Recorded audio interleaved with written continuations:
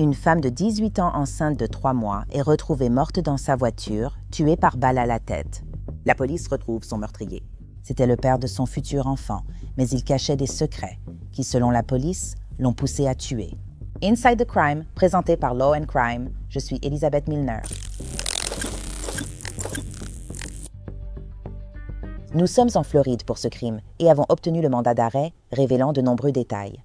Par exemple, l'homme accusé de ce crime l'aurait commis car il ne voulait pas d'un autre enfant, surtout avec une femme qui n'était pas sa compagne. Kaylin Fango, âgée de 18 ans, était enceinte de 3 mois de son deuxième enfant lorsqu'elle a été retrouvée morte dans sa voiture.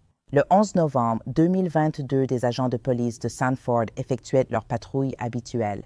En voyant une voiture sur le parking de Coastline Park, les agents ont constaté que la Nissan grise était encore en marche.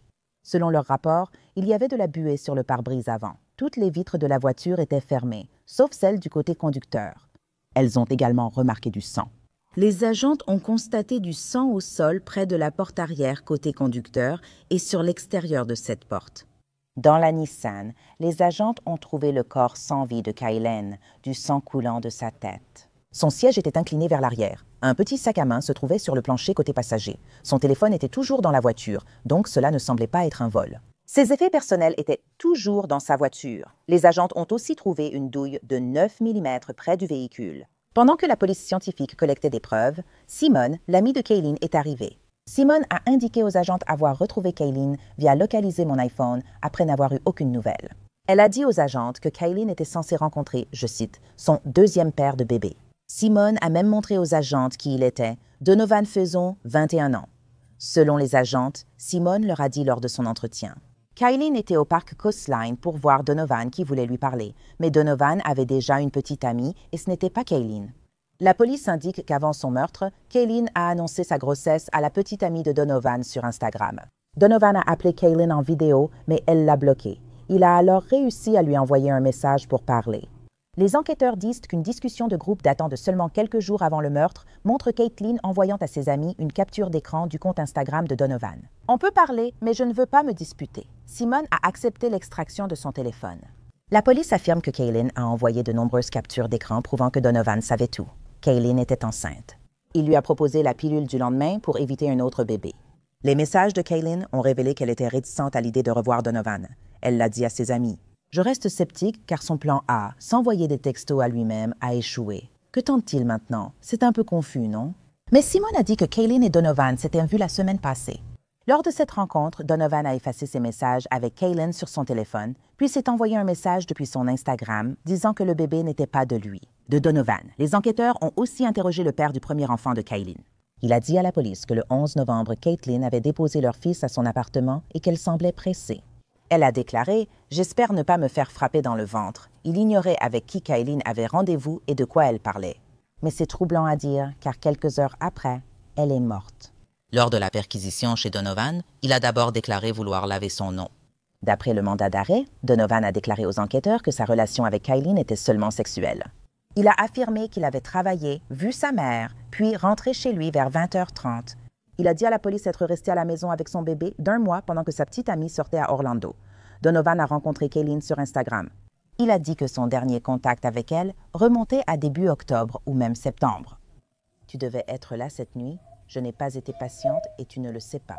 D'ailleurs, on n'a presque pas parlé ensemble. » Il savait qu'elle était enceinte, mais doutait être le père. Il a reconnu avoir parlé d'avortement à Kaylin car il ne voulait pas d'autres enfants. Il a aussi confirmé aux enquêteurs que Kaylin avait informé sa petite amie de la grossesse, ce qui l'a amené à effacer tous les messages avec Kaylin par respect pour sa compagne.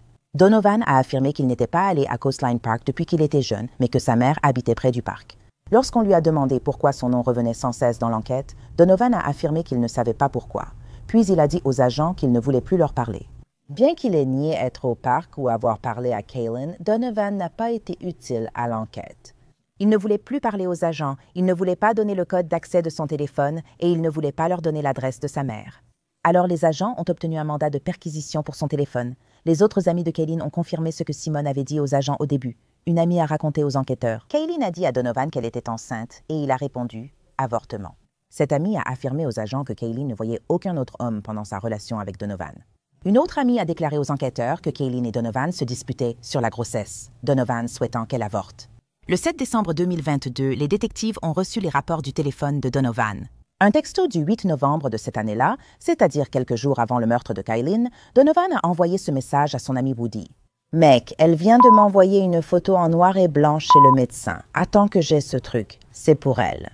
Je te jure, ça m'a énervé. Sur la tombe de mon frère, j'essaie de la sortir de ma vie. Je ne vais pas l'épargner. » Le jour du meurtre de Kylene, la petite amie de Donovan lui a écrit sur Instagram « Pourquoi ta localisation ne marche pas? Ah, ton téléphone est éteint. » Mort de rire, c'est bizarre. C'est quoi ce délire? T'es où?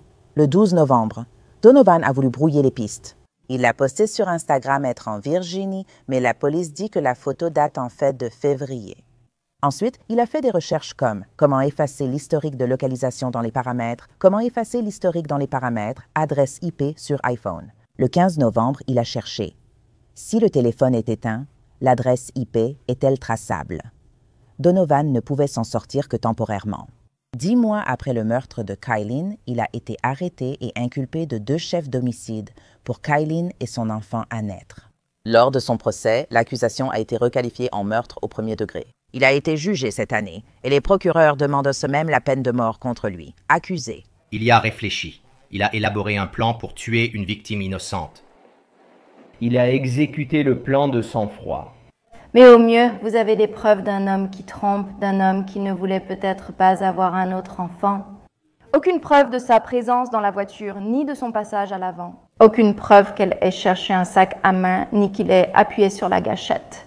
Le 27 octobre, le jury du comté de Séminole a déclaré coupable pour meurtre au premier degré la personne qui a maintenant 23 ans, meurtre prémédité par arme à feu ayant causé la mort. Homicide d'un enfant à naître par blessure à la mère avec une arme à feu ayant entraîné la mort, et cambriolage d'un véhicule avec agression ou coup et blessure avec une arme à feu ayant entraîné la mort. Nous déclarons l'accusé coupable, mais pas de meurtre au premier degré. L'affaire continue avec la phase de détermination de la peine, les procureurs demandant la peine de mort. En Floride, les jurés n'ont pas besoin d'unanimité pour recommander la peine de mort. Depuis 2023, une supermajorité suffit. 8 jurés sur 12 peuvent voter la peine de mort. Je suis rejointe par l'ancien procureur du comté de Palm Beach, Dave Ehrenberg, présent aujourd'hui dans nos studios Law and Crime. Dave, merci beaucoup d'être ici aujourd'hui. Je vous en suis vraiment reconnaissante. Êtes-vous étonné que les procureurs demandent la peine de mort dans cette affaire? Oh, pas du tout, oui. Parce que, d'abord, vous êtes dans une région conservatrice de l'État et il y a ici certains éléments qui justifieraient la peine de mort. On ne peut pas juste dire « je n'aime pas ce type, alors demandons la peine de mort ». Selon la loi de Floride, il faut avoir certains facteurs aggravants prévus par la loi. Par exemple, était-ce froid et prémédité? Ça en a tout l'air. Est-ce que cela impliquait un autre crime? Eh bien, ici, cela pourrait impliquer le crime de cambriolage. Tu entres dans la voiture de quelqu'un, c'est un cambriolage, et ensuite tu as affaire à un enfant à naître. Donc, ce sont 3 possibilités sur lesquelles l'accusation peut s'appuyer pour obtenir la peine de mort dans cette affaire. Et quels aspects de cette affaire, dans l'ensemble, sont les plus choquants pour vous? Je veux dire, il y a tellement d'aspects différents. Déjà, le fait qu'il trompait sa petite amie avec quelqu'un d'autre. La femme tombe enceinte et ensuite il lui dit « Oh, tu dois avorter ». Elle ne l'a pas fait et elle finit par mourir. Ou est-ce le fait qu'il ait planifié tout ça, d'après ce que j'ai vu dans l'affidavit d'arrestation? Il fait ses recherches, en parle à ses amis, à sa petite amie, puis éteint son téléphone. Qu'est-ce que tu penses qui était la partie la plus choquante de cette affaire? Il a dit tout haut ce qu'il pensait tout bas. Dans ses messages à ses amis, il a clairement expliqué ce qu'il allait faire. Il a dit qu'il allait la supprimer de la photo. Ouais, eh bien, il ne parlait pas d'une photo. Et ce culot, ce sentiment que tu peux tuer quelqu'un, en parler ouvertement et simplement laisser le corps dans une voiture. Et penser que le téléphone portable que tu as ne va pas servir de traceur, que nous n'avons pas la technologie pour le relier à toi. Ce qui m'a aussi surpris, c'est que ça a pris 10 mois. Ouais. Je sais, ça m'a aussi beaucoup surprise. D'habitude, quand une jeune femme comme ça est assassinée et il était clair que c'était un meurtre, on regarde si elle était enceinte. Et qui est le père? C'est une affaire domestique, c'est toujours ce qu'on cherche. D'abord, y a-t-il un petit ami, un mari, quelqu'un? C'est pourquoi ici, quelqu'un avait les moyens, le mobile et l'opportunité. Oui, c'est aussi pourquoi j'ai été surpris. Ça a pris 10 mois, mais je suppose que les forces de l'ordre et les procureurs voulaient s'assurer d'avoir ce type coincé à coup sûr. Et qu'il était impossible qu'une erreur des forces de l'ordre le libère. Et êtes-vous surprise que l'affaire n'ait été jugée que cette année? au lieu d'être jugé plus tôt? Eh bien oui, le fait que ça a pris 10 mois, les affaires de peine de mort ne prennent pas plus de temps. Demander la peine de mort ralentit le processus car c'est la sanction ultime et il faut éviter toute erreur. Des experts doivent intervenir, le procès se déroule en 2 phases. D'abord vient la culpabilité, puis la peine, et nous sommes actuellement à cette étape. Cela irait bien plus vite et serait plus simple si vous demandiez juste la réclusion à perpétuité. Mais ce bureau voulait demander la peine de mort, ce qui, je pense que c'est la bonne décision. Et encore une chose à ce sujet, savez-vous, en Floride, vous devez prouver une circonstance aggravante à l'unanimité et au-delà de tout doute raisonnable, mais seuls 8 jurés sur 12 doivent voter en ce sens. Oui. Ce qui est la charge de preuve la plus faible du pays. Je me demande si ce sera jugé constitutionnel par la Cour suprême des États-Unis. Pensez-vous que ce soit possible, surtout dans ce comté conservateur de Séminole, en Floride? Je sais qu'au moment où nous enregistrons, ils n'ont pas encore décidé. Pensez-vous qu'ils puissent recevoir la peine de mort? Dans le comté de Séminole? Oui, étonnant. Mais si c'était plus au sud, comme dans le comté d'Orange, peut-être pas. Mais vous n'avez plus besoin d'autant qu'avant, maintenant qu'il suffit d'un vote de 8 contre 4. L'unanimité rendait la peine de mort difficile à obtenir, même dans les comtés conservateurs. Mais 8 contre 4, c'est le seuil le plus bas du pays. Et à cause de cela, si le verdict est de 8 contre 4, alors vous pouvez être sûr que l'accusé ira devant la Cour suprême des États-Unis, affirmant une violation du 8e amendement contre les peines cruelles et inhabituelles. Si c'est 10 contre 2, je pense que c'est solide. Je ne sais tout simplement pas ce que les tribunaux feront si cela revient à 8 contre 4 ou même 9 contre 3. Penses-tu que la défense pourrait présenter des circonstances atténuantes? Qu'en penses-tu? Qu'est-ce qui pourrait convaincre un juré de voter contre la peine de mort? Tu penses que c'est peut-être une enfance difficile? Qu'est-ce que ça pourrait être selon toi? C'est un avantage pour la défense. Tu vois, les procureurs ont des circonstances aggravantes prévues par la loi. Ils sont limités dans ce qu'ils peuvent présenter. La défense peut évoquer n'importe quoi. D'accord, sa mère ne l'aimait pas assez. Tu te souviens du massacre de Parkland? Je ne mentionne pas le nom de cette personne, le nom du meurtrier. Il ne mérite plus jamais que son nom soit prononcé. Je suis d'accord. Il a échappé à la peine de mort. Le vote était 9 contre 3, ce qui a poussé la Floride à réduire l'unanimité requise à 8 contre 4 pour ce cas. Mais tu te souviens, ils ont parlé du fait que sa mère fumait dans les bois, dans l'utérus, alors qu'il était dans l'utérus. Elle fumait pendant sa grossesse. Donc tu peux évoquer n'importe quoi de ce genre pour justifier ça. Genre, oh, tu sais, donne-lui une excuse parce que sa mère a fumé pendant qu'elle était enceinte de lui. Donc ils vont tout évoquer, absolument tout. Ils vont parler de sa santé mentale, de sa vie à la maison. Ils vont parler de tout ça. S'il est père ailleurs, je ne sais pas s'il a d'autres enfants ou pas. Et ils essaieront de jouer sur la corde sensible des jurés. Avant, un seul juré suffisait. Maintenant, il en faut 5. Alors, en tant qu'ancienne procureure du comté de Palm Beach, à quel point est-il difficile de prendre cette décision?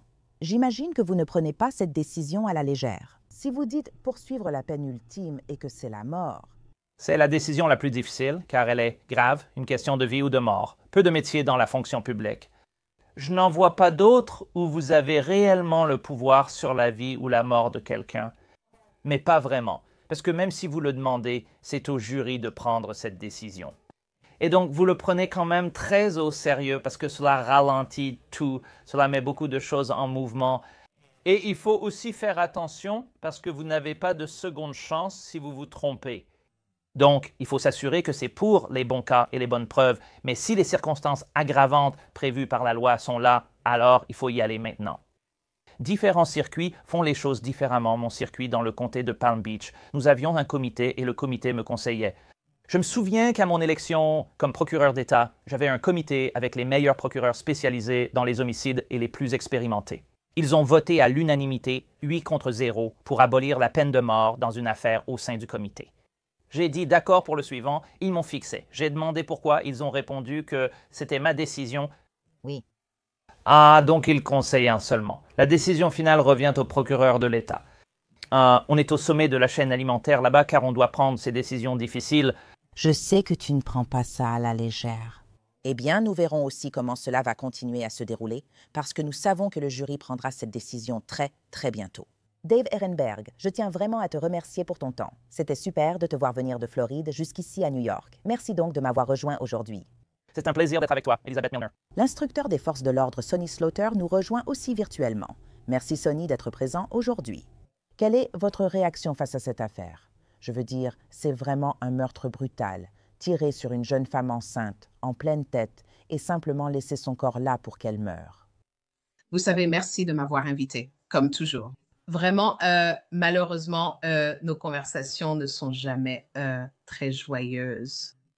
Et ce cas particulier est l'un des plus odieux que j'ai eu à traiter, vous savez, ces dernières semaines.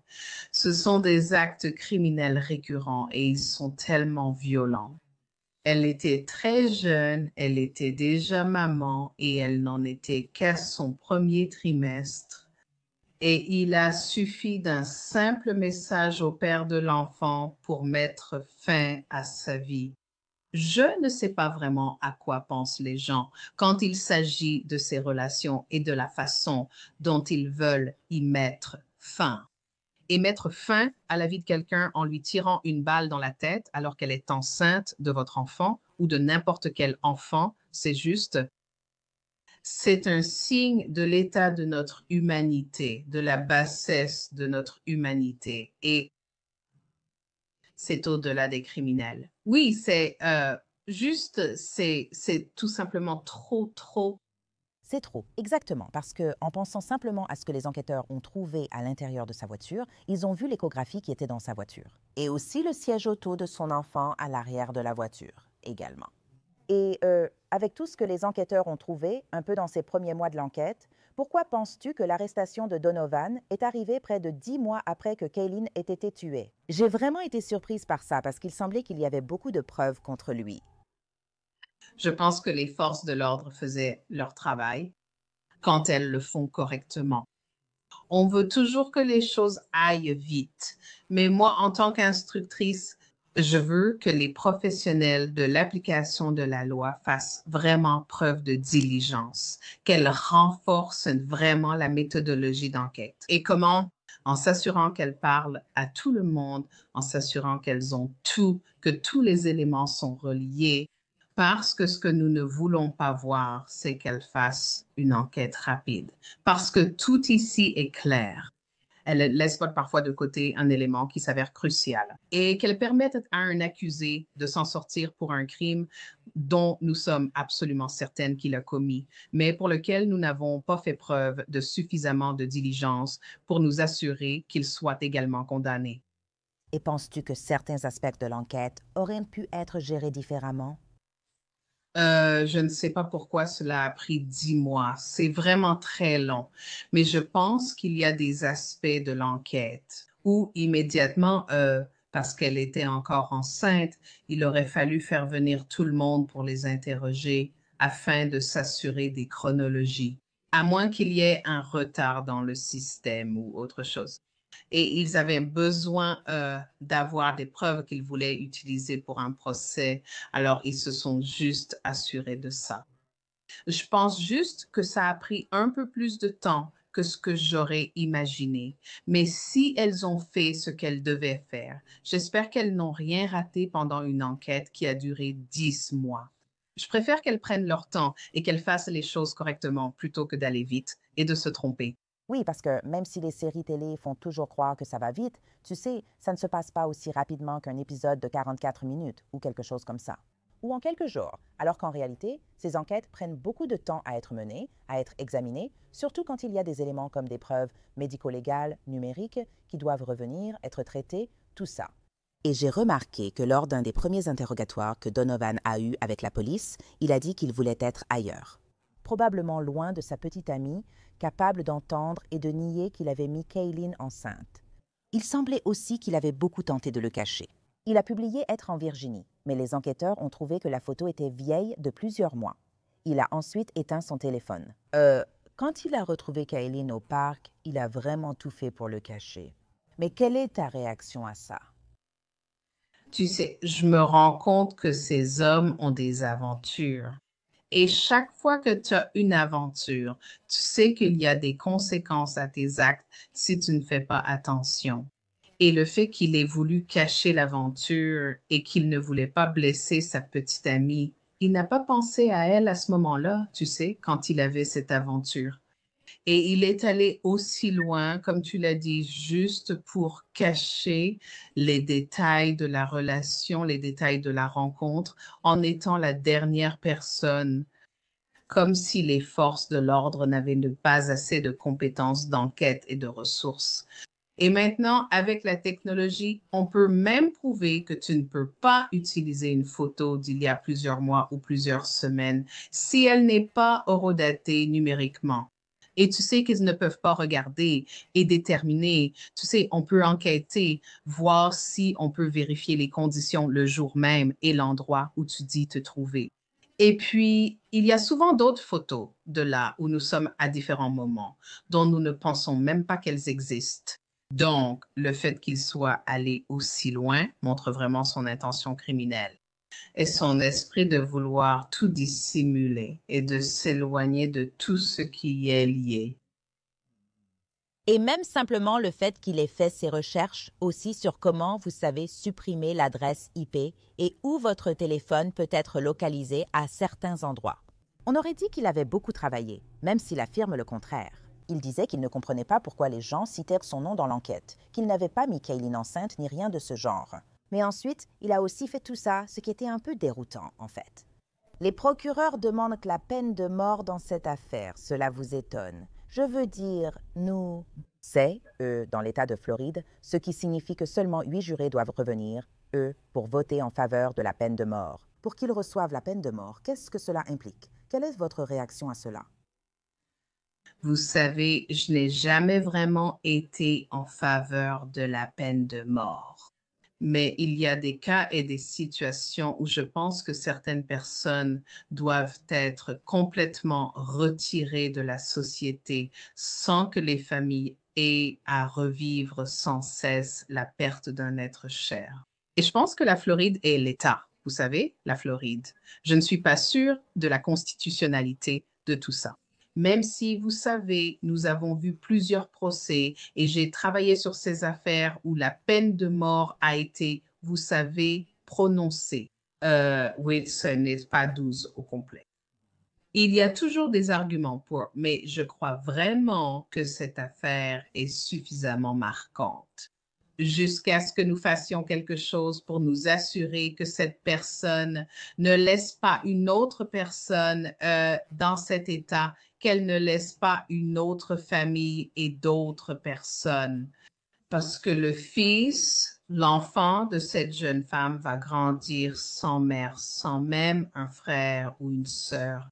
Et vous savez, il y a des conséquences à ces actes, et ce sont les conséquences. Oui, et alors que nous enregistrons, le jury n'a pas encore décidé, mais si vous pouviez prédire, que diriez-vous? Leur décision pourrait être qu'ils vont, le condamner et le condamner à mort. Oh oui. Oui, c'est aussi intéressant de voir comment cela va évoluer. Dernière question pour toi, Sonny. Quelle est ta réaction? En évoquant ce sujet et l'enquête, nous abordons aussi les aspects juridiques de l'affaire. Mais, tu sais, une chose qui me frappe toujours dans cette affaire en particulier, c'est le mobile ici. Qu'il ne voulait pas d'autres enfants, qu'il faisait pression sur Kayleen pour qu'elle avorte. Elle était, comme tu l'as dit, à la fin de son premier trimestre. Mais quand on regarde le mobile ici, où il dit « je ne veux pas d'enfant » ou « je ne veux pas un autre enfant », donc je vais tuer la mère de mon futur enfant. Qu'en penses-tu? Globalement, cela montre juste l'insensibilité de cette personne. Je veux dire, il y a plein de gens qui ne veulent pas d'autres enfants. Elle ne l'a peut-être même pas mis à payer une pension alimentaire pour enfants pour aller aussi loin.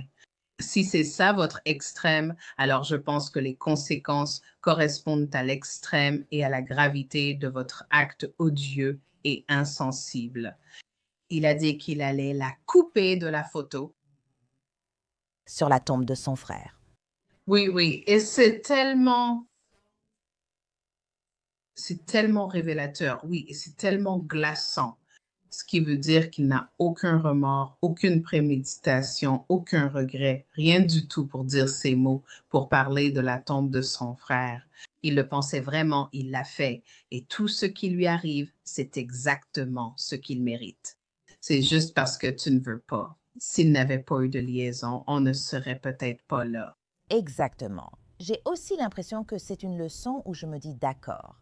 Cachais-tu à ta copine que tu avais mis une autre femme enceinte ou ne voulais-tu vraiment pas un autre enfant? Dans tous les cas, aucune raison ne justifie que tu tires et tues cette jeune femme innocente. Sonny Slaughter, merci beaucoup pour ton temps et tes explications sur cette affaire. Je t'en suis très reconnaissante. Je sais que c'est un sujet très difficile à aborder. Merci beaucoup. Et je veux aussi rappeler aux gens qu'octobre est le mois national de sensibilisation à la violence domestique et que nous devrions considérer ces crimes comme des violences domestiques, des meurtres. Nous ne devrions pas, même s'ils ne figurent peut-être pas dans les statistiques. Je pense qu'il faut au moins reconnaître la gravité de ce qui continue de se produire. Merci encore, Sonny Slaughter, pour votre temps aujourd'hui. Merci. Donovan. La phase de la peine de mort du procès de Fazen devrait durer au moins 2 jours. Même si les jurés refusent de la peine de mort, il restera en prison à vie. Merci d'avoir suivi cet épisode de Inside the Crime. Je suis Elisabeth Milner.